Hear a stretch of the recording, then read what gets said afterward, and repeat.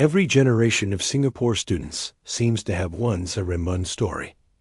A night walk, a missing camper, a whistle from the toilet block, a name called from the trees. But before Sarimbun became a campfire warning, it was part of the coastline where war first entered Singapore. Sarimbun lies in Singapore's northwest, around Lim Chu Kong and Jalan Bahtera.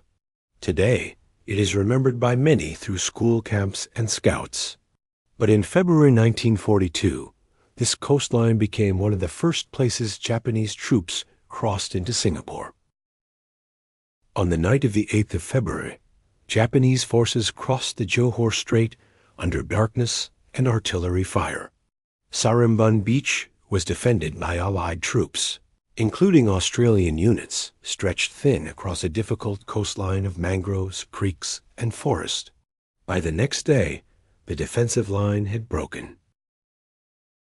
After Singapore fell on the 15th of February 1942, the occupation brought another terror, Suk Ching. Chinese men were screened, accused, separated, and in many cases taken away.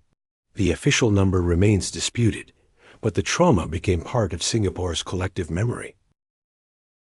There is no widely established official massacre marker naming Sarimbun as a Suk Ching killing site, but school camp folklore often blends places of war, death, and fear. In oral memory, the Northwest became a place where the forest listened.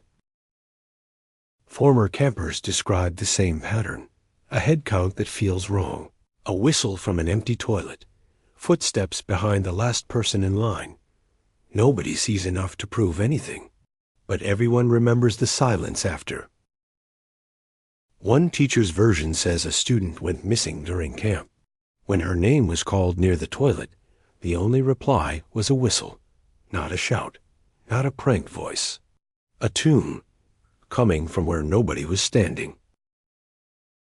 In Malay folklore, the forest is not empty. It has guardians, wanderers, and things that imitate human sound. In Sarimbun, the stories do not always describe soldiers. Sometimes they describe something older than the war, something disturbed by it. Years later, one former camper returned as an adult. He brought a recorder, a torch, and the confidence of someone who no longer believed his childhood fears. At 12:17 a.m., the recorder caught 3 knocks, then a whistle. The most repeated Sarimbun warning is simple: never answer a voice from behind the group. During one night walk, 12 students answered their names, but the instructor heard 13 voices. The last one came from the tree line. Whether the hauntings are spirits, memory, or fear passed from senior to junior, Sarimbun carries a heavier truth. War came through this coast. Men vanished across Singapore. Families were left without graves. And in places without markers, stories become memorials. So when students whisper about Sarimbun, maybe they are not only telling ghost stories. Maybe they are repeating the shape of an old warning. Do not wander alone. Do not answer the forest. And never assume silence means nothing is there.